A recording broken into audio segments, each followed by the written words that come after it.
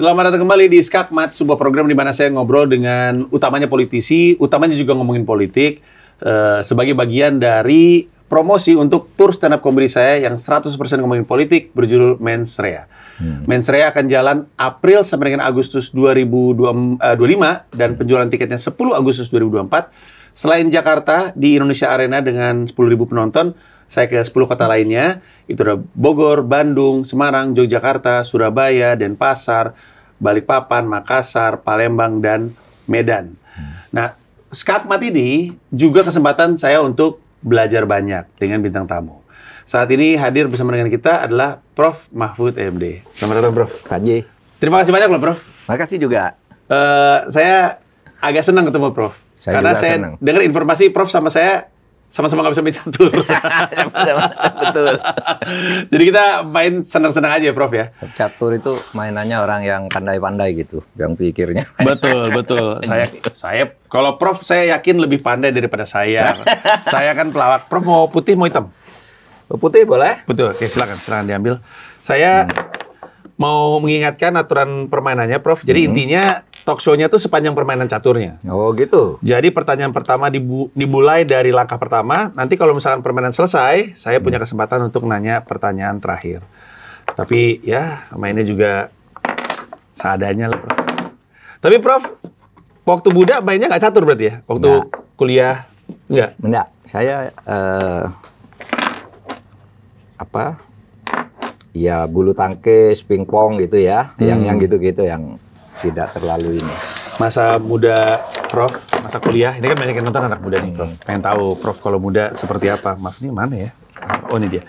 Prof, waktu muda, aktivitas hiburannya ngapain, Prof? Oh, seringnya ngapain gitu?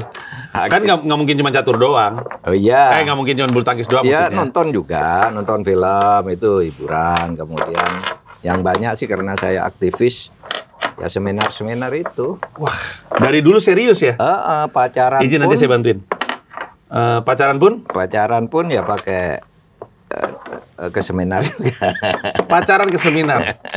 Maaf, saya bantuin ya, Prof. Iya.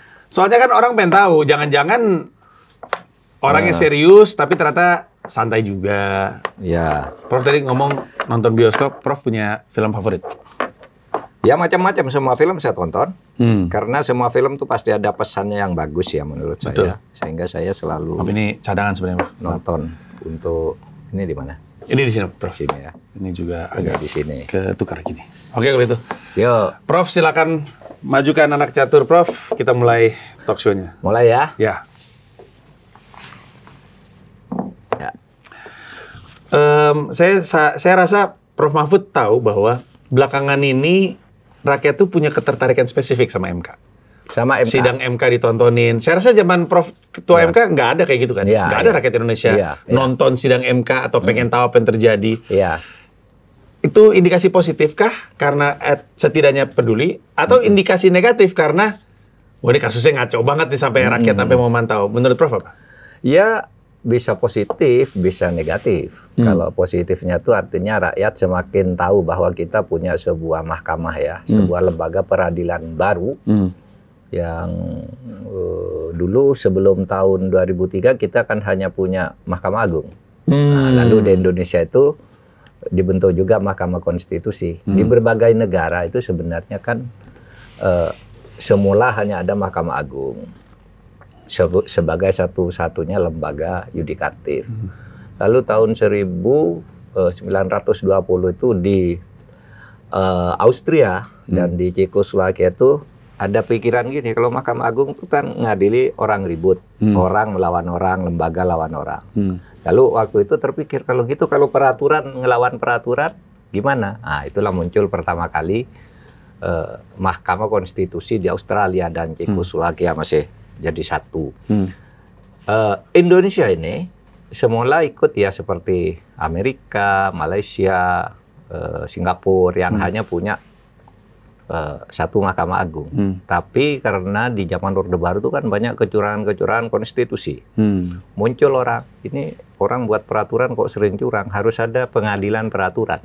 Prof izin Prof, yang disebut kecurangan konstitusi itu apa? Pada masa itu? Misalnya begini, presiden berkolusi dengan DPR membuat undang-undang yang melanggar konstitusi, melanggar HAM. Misalnya apa? Pembatasan hak-hak politik. Itu tidak ada yang ngadili. Ada undang-undang salah, siapa nih yang mau ngubah undang-undang? Kalau diserahkan ke presiden, DPR nggak diubah dong. Iya kan mereka yang buat. Nah, lalu kita ambil Nero, Austria, kita bikin aja Mahkamah Konstitusi. Dan Indonesia ini negara ke-78 yang punya Mahkamah Konstitusi di samping Mahkamah Agung. Ke-78, bukan yang bukan awal-awal benar, sudah 78. Sekarang sudah lebih dari 130 negara mempunyai Mahkamah Agung dan Mahkamah Konstitusi. Berarti Mahkamah Konstitusi di Indonesia tuh berdirinya tahun berapa, Prof? Tahun 2003. 2003. Oke. Sementara di Austria tahun 1920. Wow, jauh juga ya. Mau banget. Saya waktu itu ketemu sama sejumlah pengacara. Maaf, ini saatnya Prof untuk maju. Saya udah maju ini. Saya ketemu sama sejumlah pengacara. Dia pernah bilang gini, Panji, kalau lu tertarik sama hukum, sekali-sekali nonton deh sidang MK. Karena di situ lah luhurnya persidangan hukum tuh. Itu nilai-nilai tuh di yang pokoknya kalau pengen lihat sidang hukum yang benar, yang luhur, nah itu tempatnya. Bener nggak? Apakah Prof masih setuju sama anggapan itu? Saya setuju untuk tahap tertentu. Sekurang-kurangnya itu dulu di awal-awal berdirinya MK sampai 10-12 tahun perjalanannya itu oke. Itu persidangan-persidangan yang bagus lah ya. Sampai ada pengkategorian ilmiah tentang kepengurusan MK itu ditulis disertasinya oleh Henry Kuo. Sekarang di Amerika jadi pendeta. Dulu kan aktivis PKS dia. Aktivis PRD. Aktivis PRD. Sekarang di Amerika jadi pendeta. Iya. Dia agak patah ya.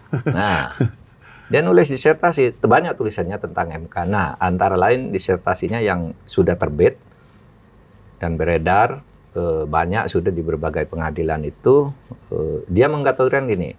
Mahkamah Konstitusi waktu dibentuk pertama itu ketuanya Pak Jimli itu karakternya akademik. Nah, di situ persidangan keilmuan muncul.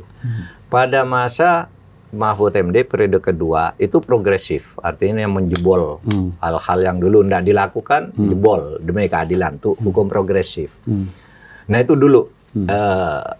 Sesudah itu kemudian ada kasus kan. Saya keluar dari Mahkamah Konstitusi itu bulan April, masih bagus lah. Sampai pernah masuk 10 MK terbaik di dunia itu masuk di Harvard. Harvard Handbook itu ada tahun 2012. Tahun 2013 saya keluar. Tahun 2013 juga, 6 bulan kemudian Ketua MK ditangkap. Pak Akhil Mukhtar tahu ya? Iya, betul. Saya ingat kejadiannya. Ditangkap dan sekarang masih di penjara. Artinya sejak itu lalu tetap menjadi perhatian MK itu lalu persoalannya lalu tempat pertarungan politik, bukan pertarungan mencari kebenaran hukum, ya. Wah, kalau mau cari kebenaran hukum dulu kan ke MK nih caranya gini, cara menafsirkan hukum ini yang benar dan ya orang bisa rame tapi langsung nerima semua. Nah sekarang tempat pertarungan politik. Menurut kesan banyak orang, karena orang lalu bertengkar di situ, tafsir putusannya itu dipersoalkan bukan hanya oleh orang yang berperkara juga, publik. Nah, terbukti kemudian ada pengadilan etika yang kemudian dihukum, lalu ketuanya yang dulu masuk penjara, yang sekarang pengadilan etika dan sebagainya. Nah, ini yang tentang MK bagi masyarakat yang belum tahu banyak tentang MK. Jadi MK ini dari sudut ketatanegaraan ini sejajar dengan Mahkamah Agung, sejajar dengan DPR, sejajar dengan MPR, DPD, Mahkamah Presiden, lalu ada BPK. Ini lembaga yang semuanya sifatnya sejajar. Sejajar. Saya mau nanya ini masih Prof MD yang maju, Prof Mahfud. Sebenarnya saya sangat ngikutin dan saya bahkan punya buku putusan sidang MK. tebel segini tuh. Warnanya Ya. ada yang hijau, ada yang Ya. apalah, ada banyak banget. Iya, iya. Maaf, izin Prof. Harusnya di sini ya. Maaf, saya Laporan tahunan. Laporan tahunan, betul. Laporan yang kalau tahunan. diisi tuh dilihat tuh ada banyak, ada apa aja yang waktu itu dikerjakan. Waktu itu untuk bahan materi stand up comedy saya. Tapi saya mau tarik mundur ke Prof tadi bilang MK itu berdiri karena untuk mengatasi situasi di mana ada janjian antara legislatif dengan eksekutif. Ya, dalam pembentukan undang-undang. Betul, dalam pembentukan Ada undang-undang. lagi gini, kalau partai melanggar undang-undang itu siapa yang menghukum? Tidak ada yang menghukum, tidak ada pengadilannya. Ada lagi kalau pemilu curang itu siapa yang mengadili? Jadi ada 5 tuh kewenangan. Satu, kalau ada kolusi antara antara presiden dan DPR dalam buat produk legislasi, kalau ada perselisihan hasil pemilu, kalau ada pembubaran partai politik, atau kalau ada perselisihan antara lembaga negara. Bukan orang, tapi lembaga negara dengan lembaga negara. Misalnya DPR dengan BPK kan pernah ribut, DPR dengan DPD pernah ribut. Ini yang ngadili MK. Lalu yang terakhir, memberhentikan presiden dalam masa jabatannya atas impeachment dari DPR. Ya. Nah, apalagi? Nah, jadi yang saya tangkap ini adalah wujud dari trias politika itu kan ya. Jadi eksekutif, legislatif, yudikatif dipisah supaya tidak ada kekuatan. Iya. Betul atau tidak bahwa 3 kekuatan itu dipisah supaya justru ada ruang debat dan ruang diskusi di antaranya. Bukan dijadiin satu. Kenapa saya nanya gini? Karena Presiden Jokowi waktu itu pernah bilang, saya sih nggak mau mengganggu apa-apa yang terjadi di MK. Saya mau diam karena takutnya dianggap campur tangan. Yang mana buat saya, kalau Presiden ngelihat, tapi sekali lagi saya bisa salah ya. Buat saya, ketika dibagi 3 itu kan justru kan adalah tempat kita untuk berdebat gitu. Artinya, kalau legislatif ngasih usulan undang-undang, Presiden tuh bisa bilang, ini nggak dibutuhkan sama rakyat gitu. Atau sebaliknya, Presiden mau ngasih sebuah produk undang-undang, DPR bisa bilang, wah ini buruk untuk rakyat. Karena memang nggak ada ruang diskusi. Pernyataan Pak Jokowi yang bilang nggak mau apa-apa, mau tutup mata sama yang ada di MK supaya dia nggak ikut campur. Saya rasa aneh karena saya pikir justru itu ruang diskusinya justru. Kalau seorang Presiden ngelihat ada yang salah, emang Presiden nggak bisa bilang, itu apa yang lagi terjadi sekarang tuh sebenarnya nggak oke loh gitu. Nggak, bisa ruang debat juga, tapi debatnya di sidang dalam bentuk debat dengan perkara. Justru MK tuh manggil presiden setiap ada kasus, tapi diwakilkan ke menterinya. Itu untuk berdebat. Kenapa Anda membuat kayak gitu? Presiden bilang, saya begini. Bertahan, terus MK memutus apa, oh Anda benar, oh Anda salah, kan gitu. Itu kan perdebatan juga. Gitu. Yang tidak boleh itu turut campur di dalam proses di mana dia mempengaruhi keputusan. Nah, itu yang tidak boleh gitu. Saya merasa kita ngomongin kasus saja, Prof. Yang kemarin itu soal kan kalau kita ngomongin rakyat itu kan merasa ada indikasi aturan diubah-ubah. Iya. Gitu kurang lebihnya. Tentu tidak jadi salah dan tidak jadi ilegal nih tindak tanduknya, karena kan memang aturannya sudah berubah. Iya. Termasuk salah satunya adalah waktu mengubah batas usia wakil presiden. Wakil presiden, cawapres ya. Ini kan agak tricky ya Pak ya, karena yang jadi pembicaraan adalah anak presiden. Idealnya dari sisi hukum, Presiden Jokowi ini harusnya seperti apa? Karena kan saya presiden, tapi itu anak saya yang lagi jadi pembahasan. Tentu tidak serta-merta kita lagi ngomongin Gibran ya, tapi kan semua orang tahu ini untuk siapa. Iya. Idealnya tuh seorang presiden tuh mestinya ngapain dalam situasi seperti ini? Nggak, sebenarnya sih secara hukum nggak ada, secara konstitusi nggak ada larangan seorang anak presiden itu menjadi calon presiden atau calon wakil presiden, nggak ada di seluruh dunia boleh. Oleh sebab itu kalau secara hukum ya silakan aja. Tetapi yang jadi masalah kan bukan soal boleh dan tidak boleh. Cara mengubah aturan itu, orang tahulah bahwa itu ada yang menuntut rakyat gitu. Tapi secara etis orang tahu bahwa ini ada kekuasaan yang mendorong dari belakang agar seorang rakyat yang mungkin tidak punya kepentingan terhadap pasal itu lalu disuruh gugat ke MK, gitu kan? Apakah itu tuduhan dari saya? Iya, kecurigaan orang begitu, apakah tuduhan itu benar? Benar, karena kemudian terbukti ada pelanggaran etik kan. Ya. Nah, itu sudah benar, nggak usah dibantah bahwa itu sebuah rekayasa yang melanggar etika dan sebagainya. Jadi oleh sebab itu sebenarnya, ya orang aneh, masa presiden diem aja ya? Atau masa presiden membiarkan itu wajar kalau masyarakat itu bertanya itu, karena soal etika saja, bukan soal prosedur, apalagi prosedurnya kemudian menjadi benar karena itu tadi pelanggaran etiknya. Itu saja. Sebagai orang yang dulunya ketua MK, ngelihat situasi MK sekarang seperti apa perasaannya? Mungkin ini agak nggak etis ya ngomong. Ya agak tidak etis sih, makanya saya dulu ya, saya ingin nyatakan dulu sekarang Pilpres sudah selesai. Ya. Prabowo Gibran menang, harus diterima sebagai kemenangan.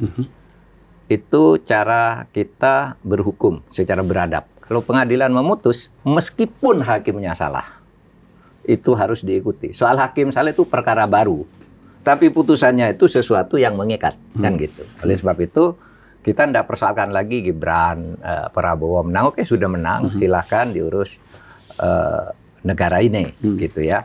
Nah, kalau kemudian saya diminta melihat, gimana sih MK sekarang? Ya menurut saya ya, terwakili oleh putusan Pak Jimli dan pandangan-pandangan masyarakat sipil. Kalau pandangan masyarakat bisa kontroversi ya, tergantung siapa mendukung siapa. Tapi kalau putusan Dewan Etiknya, Majelis Etikanya Pak Jimli itu mewakili bahwa MK sekarang itu sudah rusak. Kenapa? Membiarkan dirinya diintervensi oleh orang luar, membiarkan dirinya diatur oleh luar, membiarkan dirinya dibisiki orang luar, kan gitu kesimpulannya Pak Jimli itu. Sehingga pelanggaran etikanya itu menjadi nyata, meskipun pelanggaran proseduralnya ya tak bisa kita ikut campur ke MK kan. Tapi etikanya itu memang ada aturannya. Prof izin, ini saya juga karena tidak tahu ya. Hakim MK itu yang milih dan yang menentukan itu siapa? Kalau menurut Undang-Undang Dasar itu diusulkan oleh 3 lembaga negara yang sejar tadi. DPR mengusulkan 3 orang, Presiden mengusulkan 3 orang, Mahkamah Agung mengusulkan 3 orang. Jadi itu diusulkan, tapi di dalam praktek kemudian diseleksi, ya. Lalu seleksinya pakai permainan politik lagi kan? Ya, kan? Yang seleksi siapa? Yang DPR sendiri, yang 3 orang itu diseleksi oleh DPR sendiri, Presiden juga membentuk tim seleksi sendiri. Jadi politis ya. Lah kalau Mahkamah Agung dulu nggak pakai seleksi, akhirnya diseleksi juga, ada timnya lah ya, yang nyeleksi. Tapi sebenarnya mereka bukan wakil DPR. Misalnya 3 orang yang dipilih, diusulkan oleh DPR, bukan wakilnya DPR. Nah kemarin tuh kan ada tragedi, kemudian ada seorang yang ditarik oleh DPR kan, diberhentikan katanya karena membuat putusan-putusan yang tidak sesuai dengan kebijakan DPR. Loh, padahal mah bukan anak buah DPR bukan itu. Anak buah, sehingga waktu itu mantan semua pimpinan MK kumpul, Pak Jimli, saya, Hamdan, semualah kumpul. Dan Zulfan. Yang masih ada, dan menyatakan itu tidak benar. Hakim MK itu begitu diusulkan hanya boleh diberhentikan kalau dia meninggal, kalau dia mengundurkan diri, atau kalau dia habis masa jabatannya. Kalau di tengah jalan ditarik tidak boleh. Kenapa? Kalau dia korupsi. Kalau korupsi kan berarti berhalangan tetap ya, tidak boleh. Ada aturannya kan, meninggal, mengundurkan diri, berhalangan tetap, ya termasuk dalam berhalangan tetap itu karena ada peristiwa hukum, dihukum pidana. Karena satu tindak pidana yang diancam lebih dari 5 tahun. Kalau korupsi itu jelas, karena korupsi itu kan 20 tahun lah. Ya. Baik. Sorry, Bisa. Prof, silakan maju. Okay. Sambil saya mau melempar pertanyaan berikutnya. Saya rasa orang Indonesia banyak nggak tahu soal hukum atau bagaimana hukum di Indonesia bekerja. Kita emang udah asik ngomongin MK, tapi MK tuh rada advance menurut saya. Kita tarik mundur. Oke. Karena Prof, banyak orang yang nggak tahu seperti apa ruang persidangan di Indonesia. Tapi sering nonton film-film yang ada persidangan di Amerika. Ya. Di Amerika, anggapannya lebih seru lah. Karena mereka pakai sistem juri, ada jury duty, jadi kadang-kadang rakyat dapat dapat tugas minggu ini untuk lu juri duty gitu. Terus ada hakim, terus pengacaranya biasanya ngomong jury of the people, ngomong kayak gitu-gitu. Seru lah. Saya juga senang nonton sidang presiden seperti itu. Tapi di Indonesia tidak seperti itu. Tidak, Indonesia beda. Tidak seperti iya, itu. kita nggak punya juri, kita nggak punya majelis juri, kita punya majelis hakim. Iya. Kita bahas dari situ aja dulu. Kenapa berbeda? Apa yang membuat itu berbeda dan kenapa kita ngambil jalan yang seperti ini? Kekurangan dan kelebihannya seperti apa? Kita mulai dari situ deh, Prof. Gini, kita diwarisi oleh sistem peradilan Belanda. Kita kan lama dijajah Belanda ya. Jadi negara-negara Eropa kontinental itu sistemnya seperti itu. Jadi kita ikut gitu. Pakai sistem majelis gitu. Tidak pakai juri gitu. Nah, kan itu soal pilihan aja. Kalau kita mau ngubah sistem juri juga bisa. Tapi kalau ditanya kenapa milih, ya itu dulu sejak zaman Belanda kan sistem pengadilannya gitu. Kemudian ketika Indonesia merdeka ada aturan di konstitusi, semua lembaga dan peraturan ada masih terus berlaku. Berarti peraturan tentang hakim juga berlaku sejak itu terus nggak berubah. Kita ikut. Sudah berkali-kali ada yang mengusulkan pakai sistem juri gitu. Tapi belum disetujui juga. Dianggap kita ini belum siap gitu. Meskipun sebenarnya sih siap tidak siap itu kalau sudah ditetapkan di dalam tata hukum kita kan bisa diatur agar menjadi siap. Seperti kita dulu tidak punya KPK, tidak punya Mahkamah Konstitusi, akhirnya bisa juga sesudah dibentuk malah bisa bagus kan. Gitu. Nah. Berarti salah satu pembeda utamanya adalah kalau di Amerika Serikat yang kemudian berdiskusi adalah para juri, makanya voting kan. Tapi kalau di Indonesia yang berdiskusi adalah hakim. Iya. Berapa di antara majelis hakim itu biasanya harus ada berapa hakim di situ? Tergantung, tapi kalau perkara-perkara misalnya rumah tangga, biasanya satu cukup. Tapi biasanya kalau perkara itu agak besar, perkara biasanya minimal 3. Tapi bisa sampai 5. Kalau Mahkamah Konstitusi 9. Hakim minimal 7 hadir agar sidang itu sah. Gitu. Jadi beda-beda tergantung aturannya juga. Kalau misalnya masalah hukum perceraian kadang-kala ya, atau pra-peradilan gitu kan sidang juga, tapi cukup 1 hakim. Peradilan anak biasanya ya 1 aja bisa gitu. Nah kayak gitu-gitu. Kalau artinya berapa jumlah hakim itu tergantung jenisnya dan tergantung lembaganya. Jenisnya tuh maksudnya ini perkara apa gitu. Nah. Terus tadi kita juga sempat ngomongin soal Mahkamah Agung. Ya, Mahkamah Agung. Peran dan tanggung jawab Mahkamah Agung ini apa, Prof? Ya itu, jadi begini dulu pikiran kita itu kalau kita baca dari sejarah berdirinya Republik ini kan dulu pikirannya kita tuh harus punya sebuah lembaga legislatif, eksekutif, yudikatif. Nah, yudikatif ini adalah benteng terakhir kan. Kalau ada orang legislatif salah diadili di sini. Kalau eksekutif salah diadili di sini. Rakyat salah diadili di sini. Rakyat bersengketa diadili di sini. Dulu ini benteng terakhir. Oleh sebab itu ini agung betul kan anunya. Karena apa-apa ditentukan di sini gitu. Jadi fungsinya di situ sebenarnya. Lembaga yudikatif. Kalau yang konvensional ya sama yang kita tahu. Itu kan lembaga negara ada legislatif yang membuat peraturan, eksekutif yang melaksanakan, yudikatif, Mahkamah Agung itu yang menghukum. Nah, lembaga ini mestinya terpisah. Ya kan? Terpisah, itu tadi, tidak boleh saling mencampuri urusannya, tapi berdebat di dalam prosedur-prosedur yang tersedia bisa. DPR berdebat dengan Mahkamah Konstitusi udah sering, ya kan? Presiden sering, gitu. Tetapi ikut campur ke urusannya, ke materinya, secara tidak terbuka, secara diam-diam, operasi misalnya apa gitu yang dilakukan secara diam-diam, itu yang tidak boleh. Sehingga seharusnya kita berharap betul ke Mahkamah Agung. Dan itu berarti peran Jaksa Agung juga sangat penting. Ya, Jaksa Agung itu penuntut di bidang pidana, ya kan? Jadi Jaksa Agung itu hanya boleh melakukan tindakan-tindakan yang sampai ke pengadilan itu khusus bidang pidana. Kalau perdata enggak. Itu rakyat dengan rakyat silahkan, kecuali perdata itu rakyat melawan pemerintah kan ada kan, pemerintah membebaskan tanah, rakyat tidak setuju, gugat. Nah Mahkamah Agung bisa menjadi wakil, gitu. Oke. Jaksa Agung kita saat ini siapa, Prof? Pak Burhanuddin. Pak Burhanuddin. Beliau dipilih atau Beliau ditunjuk? diangkat oleh presiden. Diangkat langsung oleh presiden. Seperti menteri. Ya. Kekhawatiran orang kan adalah ini kalau ini maaf banget sekali, Prof. Tapi kan kekhawatiran orang kan lagi di politik dinasti. Iya.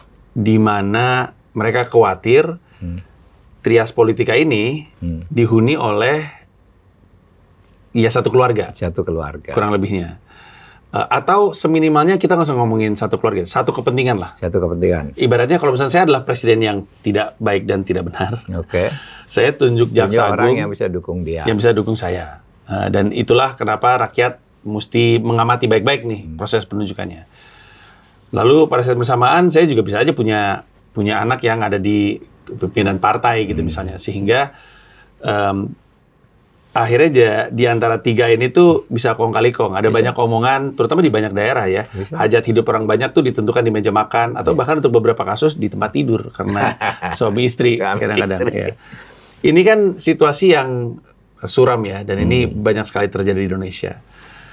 Menurut Prof ini apa yang membuat ada semacam declining menuju situ, kayak kok kekuatan yang harusnya terpisah lama-lama permisif gitu untuk dijadikan kok jadi ini mah geng yang sama gitu. Apa yang terjadi dalam pengamatan Prof? Dan Prof ada di banyak posisi kan di kementerian, maksudnya jadi menteri pernah, hakim MK juga pernah. Ya gimana ya, kalau dari sudut aturan saya kira semuanya sudah jelas. Yang itu kan persoalan moral saja sebenarnya. Apa moral yang mengganggu situ? Ya keserakahan saja. Kan ada dalilnya tuh, power tends to corrupt kan. Orang yang berkuasa itu ingin menghimpun terus kekuasaannya. Oleh sebab itu karena saya berkuasa, saya harus juga pegang ini. Saya harus pegang ini.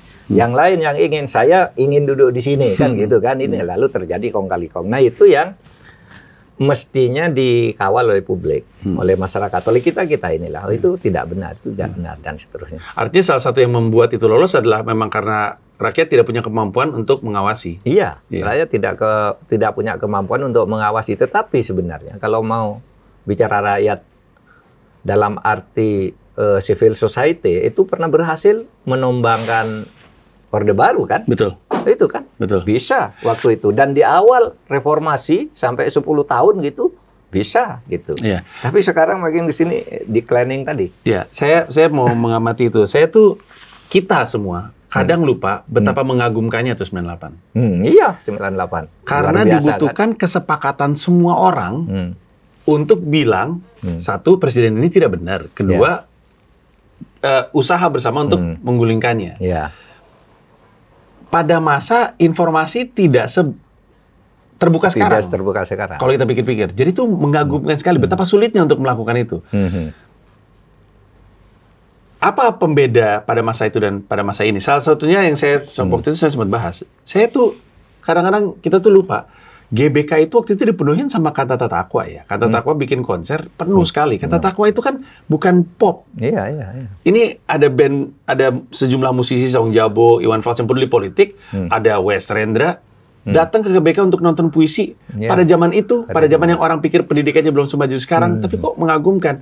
Lah ini apa yang terjadi, Prof? Kenapa di saat seharusnya kita lebih tahu, lebih pintar, lebih mudah dapat akses, tapi justru kita nggak bisa sepakat bahwa ada yang salah, dan sepakat untuk mengubah itu.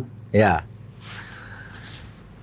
Ya, saya tidak tahu ya hasil penelitian yang seharusnya itu kan hasil penelitian yang menjawab. Tetapi kalau analisis spontan itu kan memang karena terjadi pemecah belahan. Ya, misalnya sekarang orang bisa aja bentuk buzzer. Iya kan? Barisan buzzer yang orangnya pada ngaku kan semua, saya dibayar sekian, saya dibayar sekian untuk mempengaruhi ini kok. Kan sudah itu. Di kelompok lawan juga bikin buzzer-buzzer juga yang dulu pernah sampai ditangkap gitu ya. Ingat MCE dulu. Apa namanya, Muslim Cyber Army dulu kan bikin sendiri itu untuk ngantam-ngantam pemerintah zaman-zaman Pak SBY itu.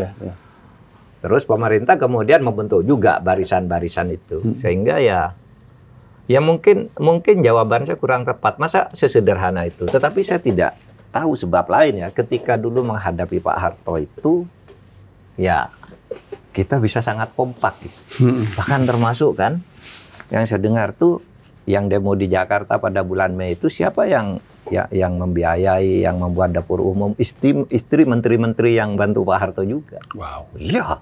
Wow. Iya, ada teman saya yang jadi menteri lah dulu di Kahmi gitu. Cerita sesudah itu. Dulu dia yang ngirim makanan ke anak-anak yang demo itu, menghimpun ibu-ibu kerja.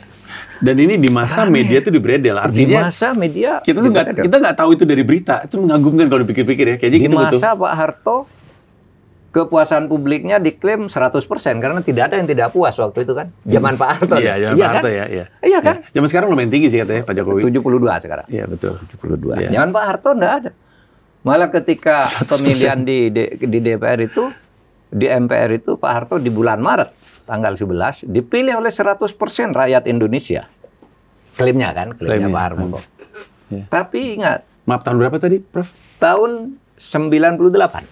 Iya kan? Wow. Iya kan? Iya. Pak Iya, Harto benar. terpilih lagi kan Iya. di bulan Maret tanggal 11. Iya.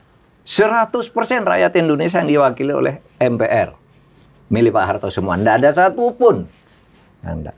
Akhirnya rakyatnya ngomong beneran. Rakyat yang bersuara beneran. Iya, tapi kemudian hanya 2 bulan jatuh. Iya. Pak Harto. Iya. Jatuh kan? Iya. Sehingga ya kita mungkin ya tidak terlalu percaya orang mengatakan tuh 80% tuh 75% tuh 73%.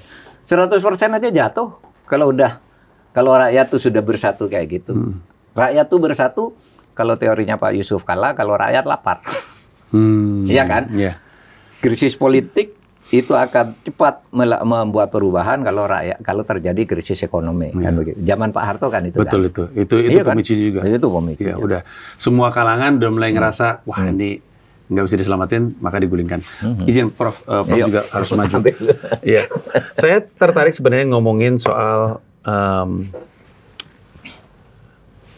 bahwa harusnya tuh rakyat yang ada dalam posisi untuk pengawasan, tapi rakyat tidak punya kemampuan itu. Udah gitu rakyat diarahin nih oleh buzzer. Kebetulan rakyat memang juga punya isu, kan ada istilahnya the death of expertise ya. Jadi orang yang punya ilmunya tuh malah nggak diperhatiin. Yang dia turutin adalah orang yang populer. Ini membuat buzzer-buzzer itu jadi semakin relevan. Iya. Karena populer, pasti dia benar. Iya. Padahal belum tentu, apalagi dengan modal anggaran yang luar biasa. Nah, ini kan balik lagi kan harus datang dari kesediaan rakyat untuk tahu nilai-nilai yang baik dan nilai-nilai yang benar gitu. Untuk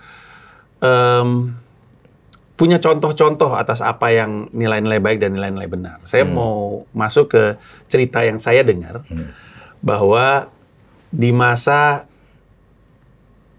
orang memanfaatkan privilege, jadi ya anaknya presiden nggak tahu nggak ngerti politik, tiba-tiba jadi ketua umum partai. Kalau soal wakil presiden ya kita bisa debat karena beliau pernah jadi kepala daerah gitu. Tapi kan orang kan selalu jadi sinis gitu sama privilege gitu. Iya, iya. Pada saat bersamaan saya dengar anak bapak waktu kuliah kampusnya tuh nggak ada yang tahu kalau dia itu anak bapak. Bahkan katanya sempat dikasih pisang susu atau apa gitu, karena kurus gitu, kurus banget lu, ini makan gitu. Pas lulus, bapak datang loh, bapak ngapain loh? Itu anak saya, hah? Anaknya Pak Mahfud. Iya, itu betul. Itu benar Pak? Betul yang di UNER. Yang di UNER. Sekarang jadi dokter, jadi Probolinggo. Pertama-tama kenapa sampai kurus Pak? Bapak nggak ngasih makan atau gimana? Nggak, memang anunya. Kok sampai dosennya yang ngasih makan?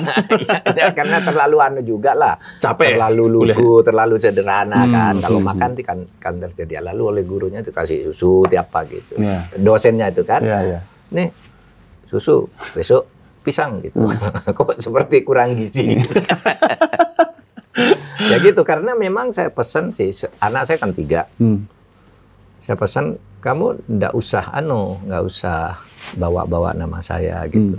Bapak larang? Iya, nggak usah bilang kalau kamu anak saya apa gitu. Kecuali orang yang sudah tahu sendiri kan ada ya.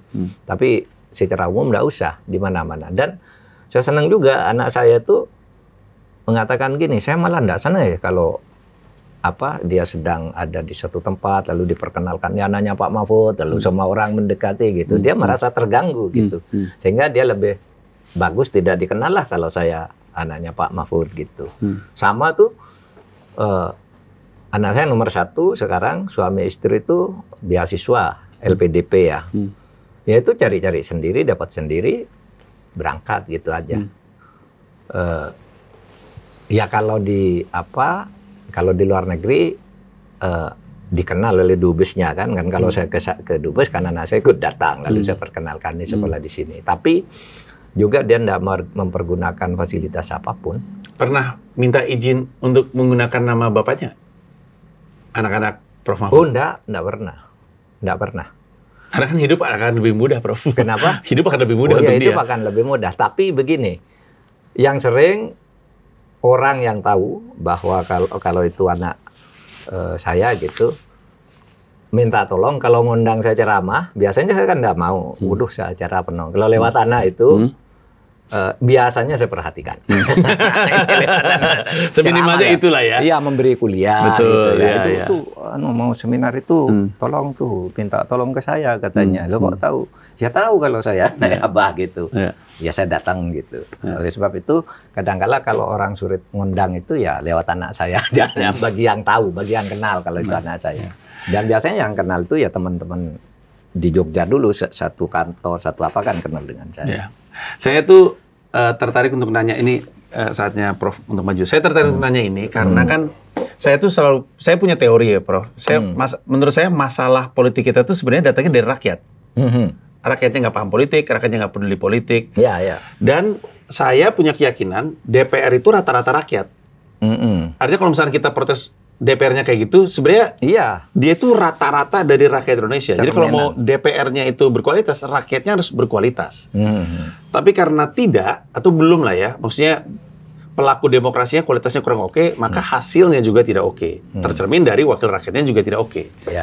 Nyambungnya ke momen di mana, saya tapi lupa persisnya kapan, bulannya ya, di mana Prof sedang diminta untuk cerita soal waktu itu Prof ngomongin soal, saya lupa, yang di hadapan Pak Bambang Pacul.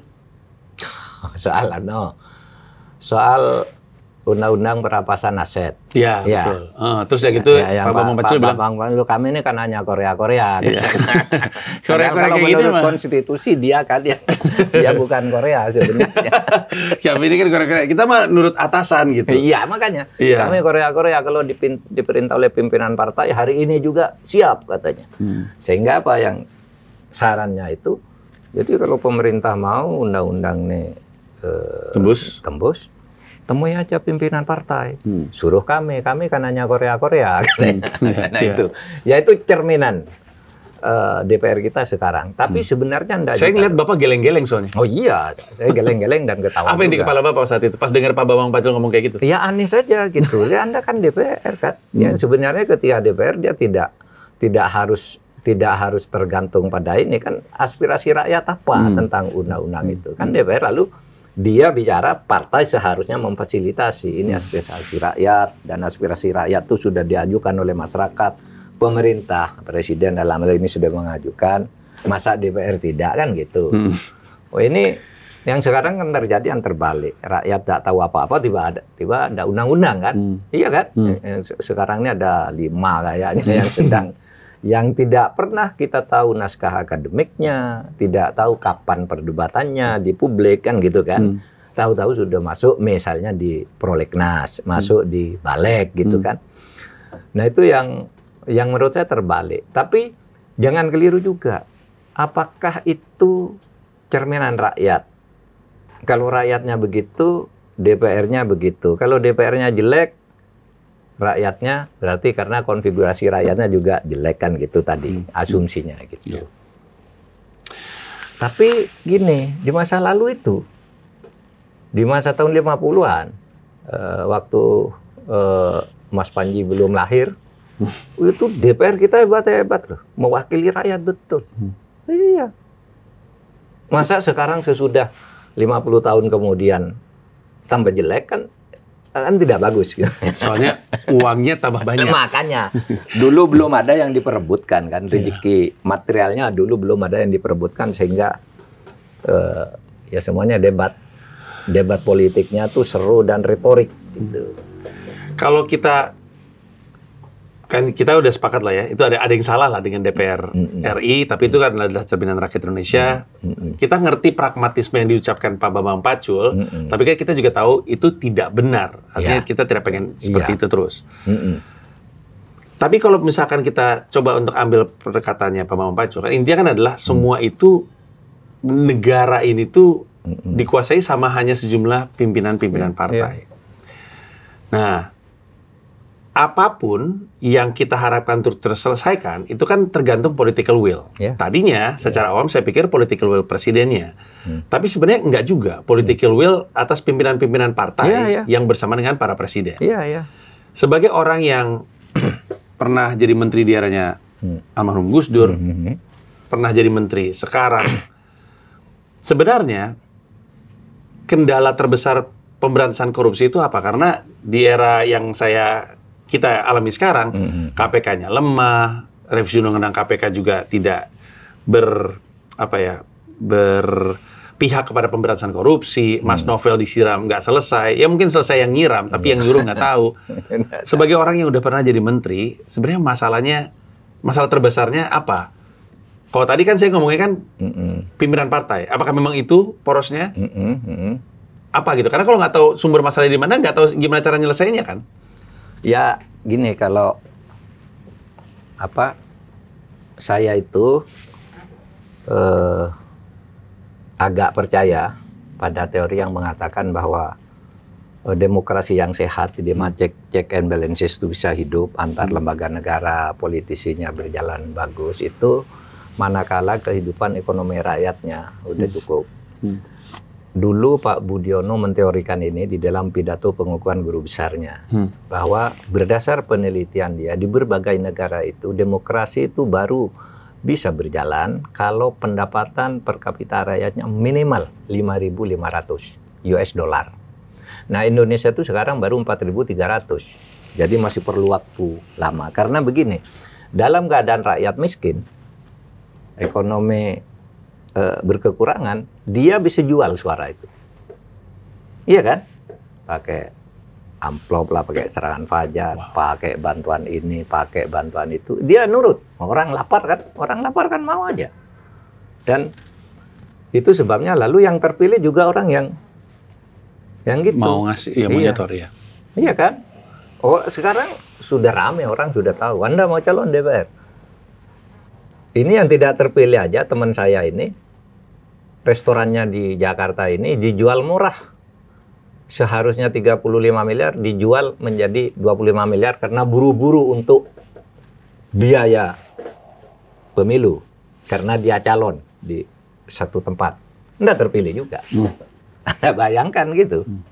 Jadi bukan kayak di Amerika ya, orang milihnya berdasar kesadaran sendiri, meskipun merahnya mungkin jelek kok. Saya mau milih Trump itu karena keyakinannya, iya kan? Bahwa ini untuk saya cocok, betul, kan gitu. Betul. Kalau di sini enggak tahu. Bukan cocok tidak cocok, siapa yang bayar? Nah, dan sekarang rakyatnya juga agak brutal. Sudah dibayar oleh Mas Panji. Mau berapa? 500.000. Besok saya datang, saya tambah 600 yang Mas Panji uangnya diambil, yang saya diambil. Lalu diantah milih siapa, kita akan banyak cerita kayak gitu. Banyak. Ada banyak caleg yang sudah investasi sosial di sebuah tempat, dibangun apa segala macam. Pas sudah dipilih, saya pikir saya ngebantu dia ada manfaatnya. Iya, tapi yang ngasih uang dia. Ngasih uang dia, betul. Nah itu, jadi itu tantangan masa depan ya bagi kita. Kalau saya sih taunya teknis-teknis hukum, tapi kayak strategi kebijakan seperti itu mestinya Bappenas itu Prof, tadi maaf, berapa penghasilannya? Harus berapa? Kalau misalkan mau 5.500 US dollar per kapita. Saat ini kita 4.400 sekarang. Tapi kita naik terus kan ya? Naik terus. Dulu waktu Pak Budiono pidato tuh kira-kira masih 3.500. Sekarang udah 4.400. Ya kalau misalkan kita jagain perekonomian kita, ya moga-moga kita nyampe juga. Nanti kita lihat lah. Kalau misalnya ternyata nyampe angkanya terus masih Ternyata sama, masih begitu, itu berarti nggak tahu. Prof Budiono, Pak Budiono mesti merevisi sesuatu. Tapi iya, itu dulu Pak Budiono yang pidato, dan itu resmi di UGM, pidato pengurusan guru besar. Dan kalau teori politik yang klasik, yang 2.500 tahun yang lalu, itu memang begitu. Demokrasi itu jelek tuh gitu, karena demokrasi ketika rakyat belum terdidik, itu mereka jual suaranya. Udah dikatakan begitu persis seperti yang terjadi sekarang di Indonesia. Baik. 2.500 tahun yang lalu. Iya kan? 2.500 tahun yang lalu. Iya. Oke, maaf. Ini yang harusnya maju siapa ya? Gue lupa juga. Siapa Prof maju? ya? Oh iya. Nggak ada yang ngikutin? Ah. Prof yang belum jalan? Yuk. Oke. Oke. Ya. Prof, saya sekarang pengen nanya isu yang berbeda lagi. Ya. HAM. Oke. Kan Prof cukup familiar. Mungkin payungnya human rights dulu. Saya waktu itu habis berantem sama teman soal human rights. Katanya dinasti politik itu produk dari human rights. Bahwa adalah hak setiap orang untuk maju. Bahkan MK waktu itu membatalkan undang-undang yang menyatakan nggak boleh seseorang untuk maju kalau ada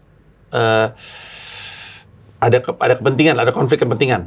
Tapi karena dianggap melanggar hak asasi manusia, oleh MK itu dibatalkan. Sehingga siapapun, termasuk anaknya presiden, atau suaminya bupati, atau anaknya wali kota, untuk kemudian maju pilkada atau apapun.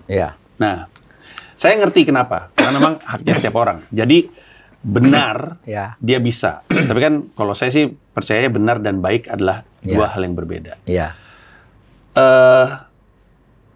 Bisa nggak kita sedikit ngebahas soal human rights dan permasalahan hak asasi manusia yang sekarang terjadi di Indonesia? Prof juga lagi nguruskan. Kita kan banyak tuh dari aksi Kamisan yang katanya kepentingan Pak Jokowi, sampai kepada waktu 1965 yang juga belum selesai. Banyak sih, Talang Sari 98, banyak. Di tangan Bapak, progres apa terkait pelanggaran HAM yang sudah terjadi dan mungkin Bapak banggakan? Oke. Pidato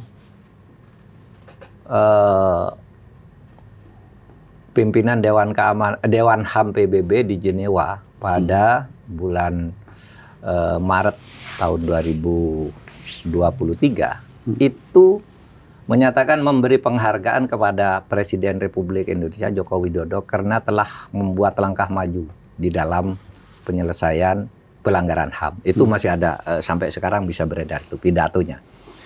Karena selama puluhan tahun kita merdeka, tidak pernah dihargai begitu oleh PBB. Baru di saat itu. Biasanya kan kalau ada sidang HAM PBB, itu kan selalu disebutkan negara yang sekarang berprestasi A, B, C, D. Apa? Karena membuat undang-undang ini, karena mencabut undang-undang ini tuh. Seperti Malaysia pernah dapat. Kalau Indonesia tuh lebih seringnya jelek. Lebih seringnya jelek. Nah, yang terakhir tahun 2022 saya ke sana tidak disebut jelek, tidak disebut baik. Tapi saya terus ketemu ketua HAM-nya, saya cerita. Ini pemerintah punya program gini, yaitu melakukan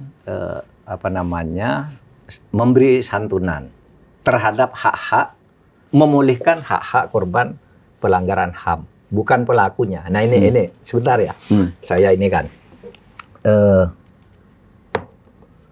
Pelakunya itu begini, kita di zaman reformasi membuat undang-undang agar salah satu kejelekan pemerintah zaman Pak Harto itu kan pelanggaran HAM. Sehingga lalu DPR dan MPR baru yang dipimpin Pak Amin Rais itu membuat keputusan. Harus pelanggaran HAM masa lalu itu harus diadili. Nah, maka muncullah kira-kira 18 pelanggaran HAM masa lalu yang ditemukan oleh Komnas HAM. Nah, tetapi setiap diadili ke pengadilan, tidak ada yang bisa dihukum. Semuanya bebas. Kenapa? Karena pelanggaran HAM masa lalu itu hanya disimpulkan oleh Komnas HAM, ini pelanggaran HAM. Tapi pelakunya tidak jelas. Jam berapa membunuh, siapa yang menginstruksikan, apa buktinya, mana bukti visumnya gitu. Namanya gitu kan? Nggak jalan. Lalu waktu zaman saya lapor ke Presiden, Pak, kita buatan aja Pak. Kan menurut Undang-Undang Dasar yang harus diselesaikan oleh pemerintah itu bukan menghukum pelakunya, tapi memulihkan hak korbannya. Nah, disitulah kita mulai yang membawa ke pengadilan. Saya katakan udah susah lah, saya nggak tahu apa bisa ya. Tetapi kan korbannya ini ada. Nah, itulah yang kita kasih korban itu kan korban pelanggaran HAM di Aceh misalnya. Ya, yang dulu kekerasan DOM ya, masih ingat ya? Masih ingat. Daerah operasi militer, di mana orang di situ secara terstruktur oleh aparat TNI dianiaya, ada yang diceburkan ke sumur, ada yang masukkan semen lalu digelundungkan, itu banyak sekali kan di situ korbannya. Ya, itu kita datangi korbannya siapa-siapa saja, keluarganya kita kasih rumah. Yang minta sapi kita kasih sapi, yang minta mesin kita minta mesin. Minta bangun masjid, bangun. Itu korbannya. Pelakunya siapa? Pelakunya belum ketangkap. Karena membuktikannya, siapa saksinya? Apa buktinya? Menggunakan pistol jenis apa? Apakah menggunakan parang, apa pisau? Itu kan harus jelas kalau hukum. Itulah sebabnya kami ngajukan 34 terdakwa ke pengadilan. Pelanggaran HAM berat itu semuanya bebas. Nah, kalau begitu saya bilang, apa gunanya ada begini? Kita korbannya aja lah, yang pelakunya udah silakan kalau mau diurus oleh Komnas HAM silakan. Tapi kalau pemerintah gitu sudah berkali-kali mencoba, nggak bisa. Nah, silakan sekarang Komnas HAM mau apa gitu. Kalau diserahkan ke pemerintah, mana buktinya? Ya, misalnya lah seperti pelanggaran HAM di tahun 65 yang sekarang ada itu. Terus pelakunya siapa? Taruhlah pemerintah, oke, pemerintahnya udah pensiun semua, iya kan? Kan tentara katanya TNI. TNI yang pada saat itu berkuasa sudah mengadakan mahkamah militer luar biasa. Kemudian baru ditetapkan bahwa itu pelanggaran HAM berat di tahun 2000, iya kan? Lalu siapa mencari buktinya? Instruksinya bahwa itu dari pemerintah, pembantaian besar-besaran tuh apa buktinya? Oh, ada Pak buktinya. Oke, siapa pelakunya? Udah meninggal. Institusinya kan masih ada. Nggak bisa kesalahan dilempahkan ke institusi kan kalau dalam hukum pidana. Iya kan? Nah, itu sebabnya nggak bisa masuk. Tapi setidaknya langkahnya dimulai dari pemulihan hak korban. Iya, kita pemulihan hak korban itu. Nah, itu yang sekarang dihargai oleh PBB ya, oleh PBB. Nah, persoalannya itu saya kira mudah-mudahan Mas Panji bukan bagian dari itu. Persoalannya banyak orang yang tidak ngerti perbedaan antara pelanggaran HAM berat dan kejahatan berat. Gitu. Sehingga ketika saya ngajukan ke sidang kabinet ini loh korban pelanggaran HAM berat yang harus kita santuni beri ini. Lalu ada menteri, waduh kalau itu diganti rusak negaranya, habis uangnya. Itu yang di Maluku 2.000 orang, yang di sana itu kerusuhan, bukan pelanggaran HAM berat. Lalu itu sih korban antara kan konflik itu masyarakat. Menteri aja nggak tahu ya. Menteri aja nggak tahu coba. Wah, ini saya sudah dituntut ini katanya. Itu bukan pelanggaran HAM berat. Pelanggaran HAM berat itu pelanggaran HAM yang dilakukan oleh negara. Ya, betul. Meskipun korbannya hanya 1-2, kalau memenuhi unsur pelanggaran HAM, pelakunya aparat terstruktur, itu ya pelanggaran HAM berat. Kalau korbannya 20.000, kalau itu yang melakukan masyarakat sipil, warga sipil, itu bukan pelanggaran HAM berat, itu kejahatan berat namanya. Ya. Nah, ini terkadang kalau hukum itu kan istilahnya orang harus paham pengertian stipulatif dan pengertian umum. Gitu kan? Ya. Kejahatan di kejahatan. Tapi kalau disebut berat, itu artinya negara yang melakukan. Baik. Nah, ini yang tidak ketemu sekarang. Negara itu siapa? Gitu. Izin Prof, saya skak dulu nih.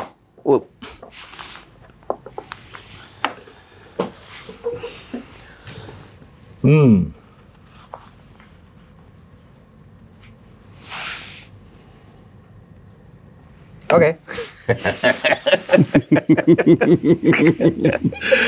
Gimana? Baik kalau gitu. Kan? Jadi berarti saya punya satu pertanyaan terakhir untuk Prof. Masih ada kaitannya dengan sebenarnya kalau misalkan ini maju saya makan juga sama ratu saya.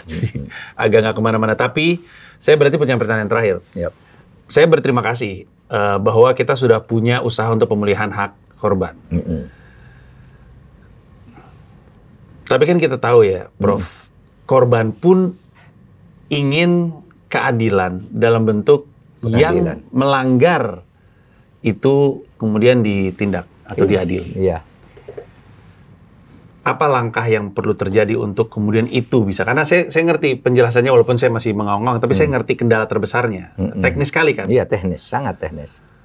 Tapi lalu apa yang bisa kita lakukan untuk kemudian pelanggarnya kemudian bisa diadili? Ya, jadi begini, mungkin yang paling praktis itu mengubah hukum acaranya. Karena ketika dikatakan pelanggaran HAM itu harus diadili, sementara yang menentukan satu perbuatan itu pelanggaran HAM berat atau bukan, itu adalah Komnas HAM. Nah, Komnas HAM itu tidak punya hukum acara sendiri. Acaranya ikut hukum acara pidana biasa, KUHAP. Nah, ketika ini KUHAP, tidak bisa masuk. Karena pembuktiannya harus, kalau orang membunuh itu jam berapa, pelakunya siapa, dari arah mana, harus jelas kan. Nah, kalau pelanggaran HAM, Komnas HAM hanya mengatakan, tuh tahun sekian terjadi pelanggaran HAM berat. Lah, pelakunya siapa? Buktinya apa? Jam berapa memerintahkan? Dan tidak ada kan. Nah, oleh sebab itu hukum acaranya dong. Hukum acaranya itu mungkin perlu diubah menjadi lebih kualitatif ya daripada kuantitatif dengan hitungan ini itu dan sebagainya. Apalagi zaman itu belum ada visum dan sebagainya kan sudah lewat waktunya semua. Saya hukum acaranya diubah atau undang-undang yang ubah siapa berarti itu? Kenapa? Yang ubah berarti DPR dong. DPR ya. Kalau KUHAP itu kan DPR yang ubah. Bahwa cara mengadilinya gini aja gitu. Kalau pelakunya udah hilang siapa yang ini gitu. Kalau pelakunya masih ada pakai hukum acara ini aja gitu kan. Bisa khusus untuk pelanggaran HAM berat ini belum ada hukum acara yang khusus. Padahal hukum materialnya itu khusus pelanggar. Tapi hukum acaranya tetap umum. Nggak ketemu ini. Nah, yang kedua ya, mungkin perlu diskusi lagi. Agar kita sebagai bangsa segera sembuh ya dari pertengkaran itu. Mungkin perlu diskusi lagi, apa hukum yang seperti ini, hukum materialnya juga, masih cocok untuk menyelesaikan misalnya. Apakah kasus 65 itu siapa yang mau diadili, ya kan? Misalnya, kalau korbannya yang mahasiswa ikatan dinas itu sudah kita suruh pulang lah. Dulu kan tidak boleh pulang. Tapi yang ini gimana sih? Saya katakan bicarakanlah dengan DPR. Karena gini, undang-undang HAM itu tidak ada daluarsanya. Pokoknya begitu ditetapkan oleh Komnas HAM sebagai pelanggaran HAM berat, tidak ada masa berakhirnya. Sampai kiamat pun ya berlaku. Harus diburu terus. Padahal orangnya tidak ada. Kalau hukum pidana biasa kan kita 18 tahun. 18 tahun enggak tertangani ya udah daluarsa namanya. Nah, ini enggak ada. Sudah tahun 65 sudah 60 tahun kan? Ya. Sudah 60 tahun. Ya. Gitu. Enggak ada daluarsanya. Sama semua nih masih ada 12 kasus sekarang Mas Panji. Ya. Baik. Berarti sebenarnya kita berharap banyak pada DPR. Iya, untuk membicarakannya lagi dan membuat hukum acara. Dua lah. Dan DPR-nya bilang, tapi kan Korea-Korea yang ini cuma bisa nurut sama yang di atas. Kelas Skakmat juga. Prof, terima kasih banyak atas waktunya. Thank you sekali udah mau ngobrol dengan saya. Asik mainnya tadi ya. Asik, yang penting ngobrolnya yang lebih menyenangkan. Mari Prof, kita jalan. Yuk.